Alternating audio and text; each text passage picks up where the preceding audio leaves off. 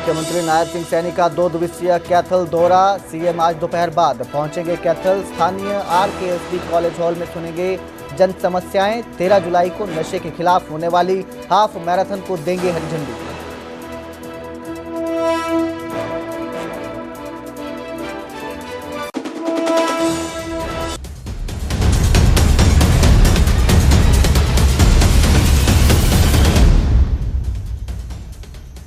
नमस्कार, स्वागत है न्यूज 18 पंजाब हरियाणा में। मैं आपके साथ कुलदीप भारद्वाज। बुलेटिन की शुरुआत करेंगे राधिका यादव हत्याकांड से, जिसमें अब एक नया मोड़ आया है और इस मामले में इनामुल हक ने चुप्पी तोड़ी है। इनामुल हक वही है जिसके साथ राधिका के का एक गाना सामने आया था। इस मामले पे अब इनामुल हक मीडिया के सामने आया है और उसने अपनी चुप्पी तोड़ी है। इनामुल हक ने कहा कि जो राधिका है उसके साथ उसका सिर्फ प्रोफेशनल रिश्ता था। राधिका मेरे लिए सिर्फ एक को एक्टर थी। इस पूरे मामले को हिंदू मुस्लिम एंगल दिया जा रहा है। हम म्यूजिक वीडियो के बाद नहीं मिले। मैं राधिका से पहली बार टेनिस प्रीमियर लीग में मिला था, उसके बाद राधिका से एक म्यूजिक वीडियो में मिला। मैंने राधिका को आखिरी बार 3 से 4 महीने पहले एक शूट के लिए मैसेज किया था, लेकिन राधिका की ओर से कोई जवाब नहीं आया। राधिका का सोशल मीडिया पर कोई अकाउंट नहीं था। इनामुल हक का ये बयान सामने आया है इस पूरे मामले पर। राधिका कत्लकांड के बाद इनामुल हक ने चुप्पी तोड़ी है। आपको बता दें, इनामुल हक ये वही लड़का है जिसका राधिका के साथ एक वीडियो सामने आया है, गाने का एक वीडियो सामने आया था, जिसके बाद अब ये इस पूरे विवाद पर गए हैं और राधिका के साथ अपने रिश्ते को सिर्फ प्रोफेशनल बताया है। उन्होंने कहा कि राधिका के साथ उनका प्रोफेशनल रिश्ता था, वो सिर्फ उनके लिए एक को एक्टर थी। जैसे बाकी को एक्टर होते हैं वैसे ही उन्होंने उसके साथ काम किया।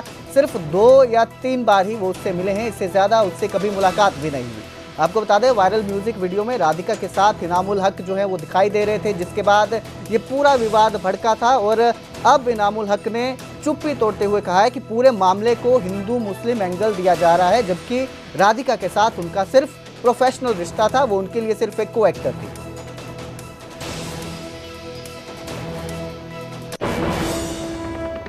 तो इधर इस पूरे मामले में आरोपी पिता की आज कोर्ट में पेशी है। राधिका के पिता दीपक यादव की कोर्ट में पेशी है। 1 दिन की हिरासत के बाद उन्हें कोर्ट में पेश किया जाएगा। राधिका यादव की हत्या चोरी पर भी अनसुलझे सवाल जो हैं वो कई दिखाई दे रहे हैं। हत्यारे पिता दीपक यादव के बयान पर सवाल उठ रहे हैं। पिता ने राधिका को अकेडमी खोल कर दी थी। अकादमी खोलने के लिए पिता ने 2 करोड़ रुपए खर्च किए थे। दीपक यादव की अपनी लाखों में कमाई थी। फिर ऐसे में बेटी की कमाई खाने वाला जो उन्होंने बयान दिया है, जो उन्होंने वजह बताई है कि लोग ताने देते थे उन्होंने कि वो बेटी की कमाई खाते हैं, जिसकी वजह से वो तनाव में थे और इसी के चलते उन्होंने बेटी की हत्या की। अब इस थ्योरी पर भी सवाल उठ रहे हैं। टेनिस प्रीमियर लीग जो दिल्ली में हुआ था, उसके बाद मैं उनसे मिला था म्यूजिक वीडियो में, तो मैं म्यूजिक वीडियो शूट किया। फिर मेरी कभी मुलाकात नहीं हुई। वो मेरे लिए सिर्फ एक एक्ट्रेस है और एक्ट्रेस थी, और ऐसे मैंने बहुत काम किया है और भी कई सारी एक्ट्रेसेस के साथ। सेम अगर न्यूज़ मुझे कोई कहीं से भी आएगी तो मैं यही सोचूंगा कि ये क्या हुआ, क्योंकि मैं उनको जानता ही। मैं उनको जानता हूँ, उनकी पूरे बैकग्राउंड को, फैमिली को नहीं जानता। वो सिर्फ आए थे, शूट किया और चले। हमने राधिका को बोला, राधिका को बताया भी कि ये कोई पेड प्रोजेक्ट नहीं है। हमने सिर्फ उनको एक गुड लक अमाउंट दिया था, जो कन्वीनियंस अमाउंट बोल सकते हैं। 4 से 5 घंटे हमने शूट किया नोएडा में, और उसके बाद मैं कभी नहीं मिला। और हमारी पर्सनल लेवल पे इतनी भी बातचीत नहीं थी कि शूट के बाद हाय हेलो या बाय कुछ भी हुआ हो। सारे सीन डन हुए, वो चले गए, मैं चला गया, क्योंकि ये मेरे लिए नॉर्मल है। मैं ऐसे शूट करता आया हूँ इंडस्ट्री में, मैंने बहुत काम किया है और आगे भी करूँगा। लेकिन ये मेरे लिए बिल्कुल अनएक्सपेक्टेड है जो हो रहा है, और इसको हिंदू मुस्लिम का एंगल भी दिया जा रहा है, जो कि मैं सोच नहीं पा रहा हूँ कि मेरा कोई लेना देना नहीं है। ऐसे इन फ्यूचर अगेन किसी का ऐसे मर्डर हो जाए जो मेरे साथ काम कर चुकी है, तो अगेन मुझ पे बात आएगी या क्या नहीं है। बट राधिका का सोशल मीडिया है नहीं इंस्टा पर अभी कहीं भी, तो एक फुटेज मेरे गाने की पड़ी हुई है यूट्यूब पर, इसीलिए वो हाईलाइट ज्यादा हो रही है। बस इतना ही है। उसके बाद मेरी ऐसी कोई बातचीत नहीं, कोई पर्सनल रिलेशन नहीं, कोई दोस्ती भी नहीं।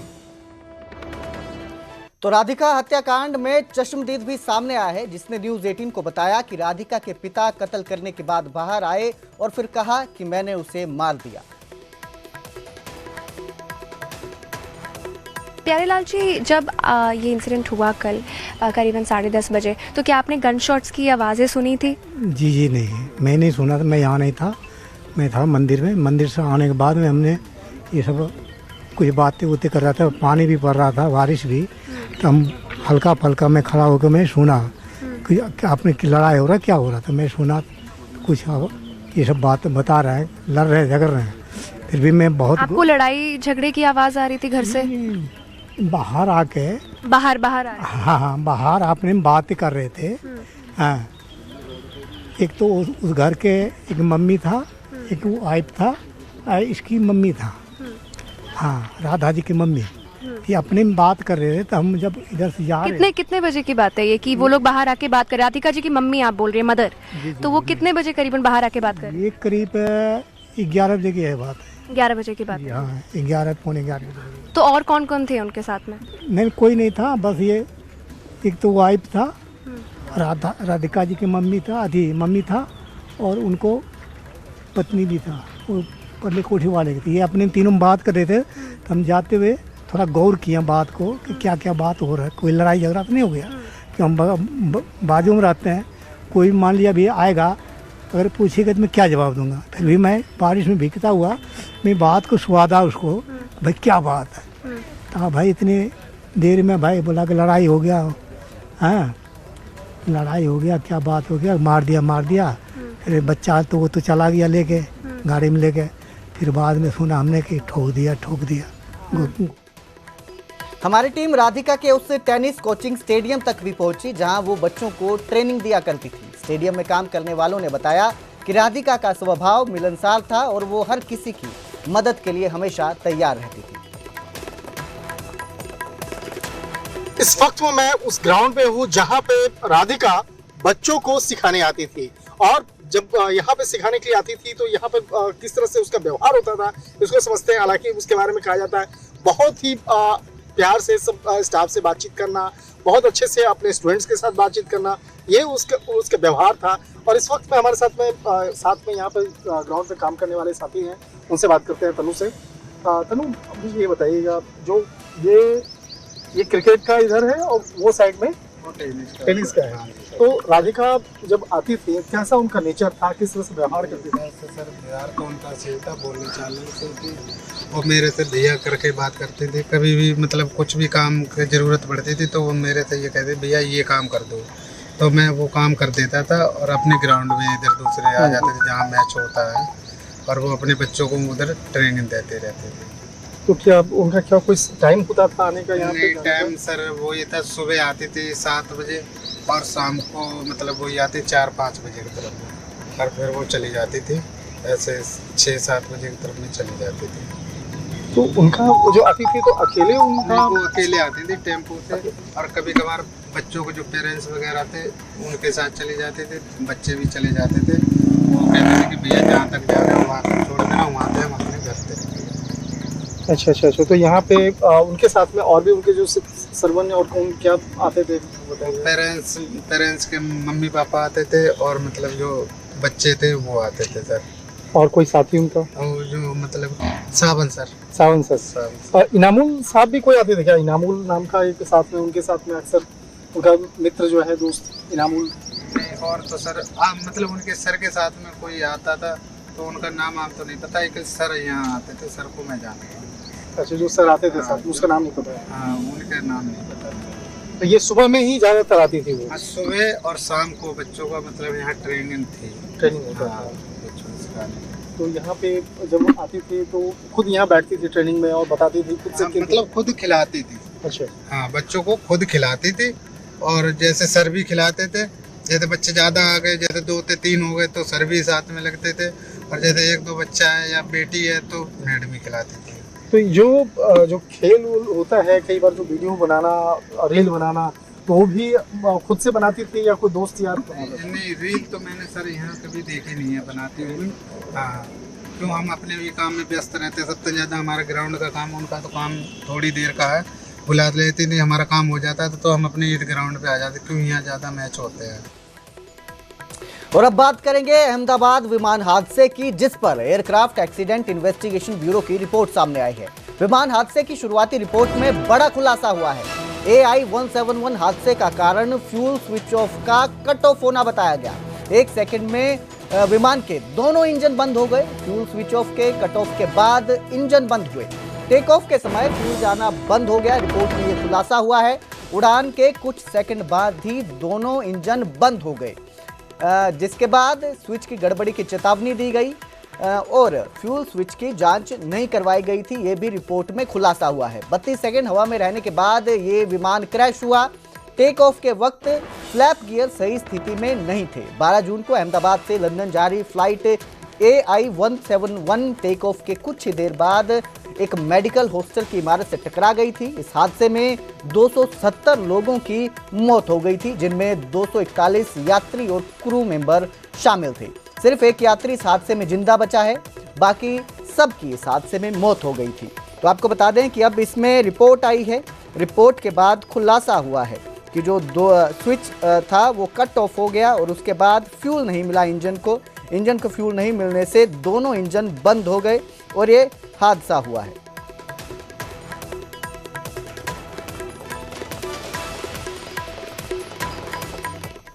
हिसार प्रिंसिपल मर्डर केस में पुलिस ने बड़ी कार्रवाई करते हुए कलतार मेमोरियल सीनियर सेकेंडरी स्कूल के 4 छात्रों को गिरफ्तार कर लिया है। छात्रों जो थे वो वारदात के बाद फरार हो गए थे, अलग अलग जगहों पर छिपे हुए थे।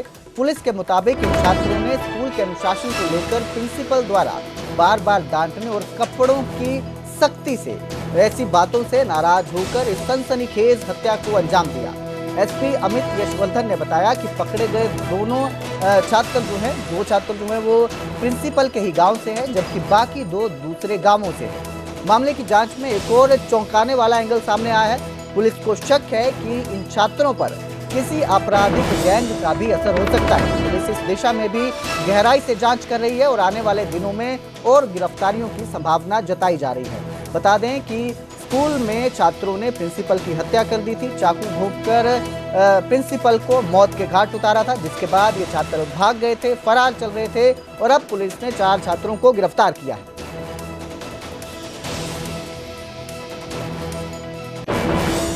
तो हमारी टीम ने तत्परता से वहाँ पर रेड की और इन लड़कों को राउंड अप किया। ये जुवेनाइल है, इसलिए हम इनकी आइडेंटिटी रिवील नहीं कर सकते।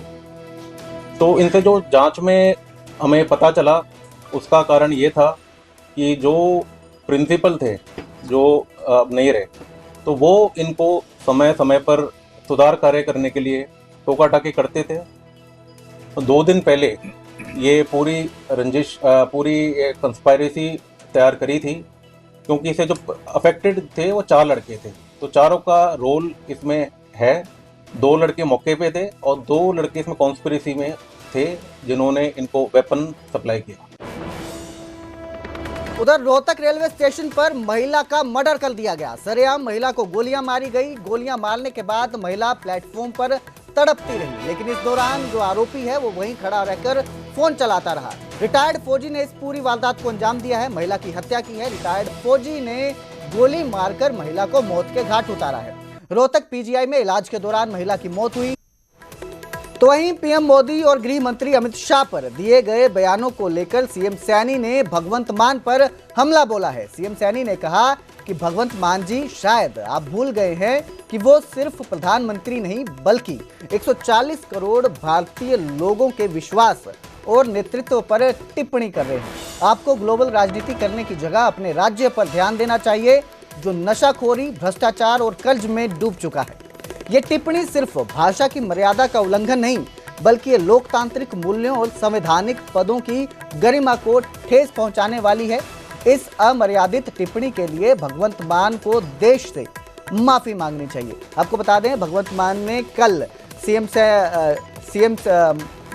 पीएम मोदी और अमित शाह को लेकर टिप्पणी की थी, जिसको लेकर सीएम सैनी ने अब ये ट्वीट कर उन पर हमला किया है, निशाना साधा है और कहा है कि उन्हें देश से माफी मांगनी चाहिए।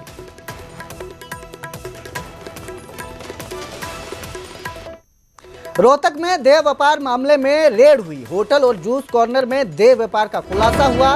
पुलिस ने रेड के बाद 8 लड़कियों को हिरासत में लिया है। वहीं होटल और जूस कॉर्नर के मालिक को गिरफ्तार किया गया है। देह व्यापार में कुछ बाहरी लड़कियां भी शामिल हैं, ऐसा बताया जा रहा है। डीएसपी समेत दर्जन भर पुलिसकर्मियों ने रेड की, जिसके बाद वहां से 8 लड़कियों को हिरासत में लिया गया। इसके साथ ही जूस कॉर्नर का जो मालिक है और होटल के मालिक को भी गिरफ्तार किया गया है। पुलिस का कहना है कि देह व्यापार के इस कारोबार में और भी शामिल हैं लड़कियां, बाहरी लड़कियां भी शामिल हैं। फिलहाल इस पूरे मामले की जांच की जा रही है, जिसके बाद ही इस मामले में और गिरफ्तारी होने की आशंका भी है, वहीं और खुलासे भी हो सकते हैं।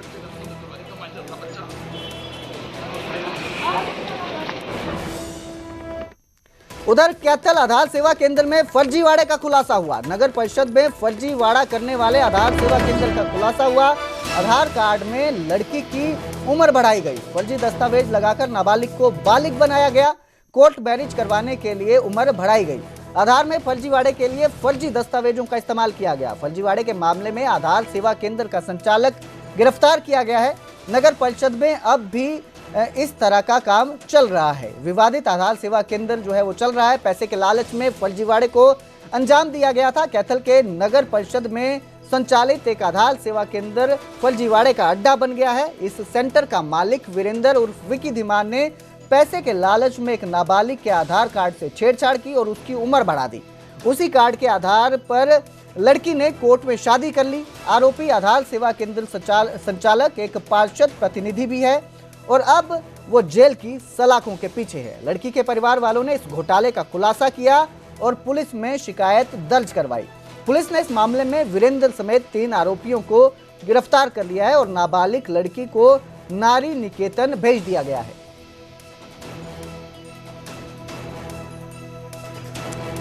अब यहाँ सवाल उठता है कि क्या इस आधार सेवा केंद्र में ये ऐसा पहला मामला है? क्या इससे पहले भी यहाँ फर्जीवाड़ा होता रहा है या होने वाले दूसरे मामलों की जांच कब तक होगी? क्या शिकायत के बाद ही दूसरे मामलों की जांच होगी? अब तक आधार सेवा केंद्र को बंद क्यों नहीं किया गया?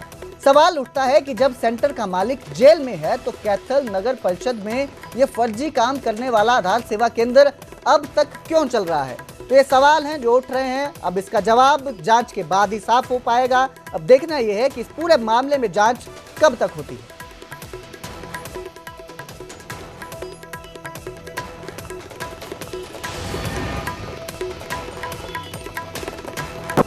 थाना डांड में पिछली साल 2024 में एक लड़की भगाने के बारे में पर्चा दर्ज हुआ था, मुकदमा नंबर 145, जिसकी अनुसंधान के दौरान एक लड़का बलवंती का विक्की और एक यहाँ CSC सेंटर चलाने वाला और एक अन्य लड़की की उसमें संलिप्तता पाई गई थी, जिनको गिरफ्तार कर लिया गया है।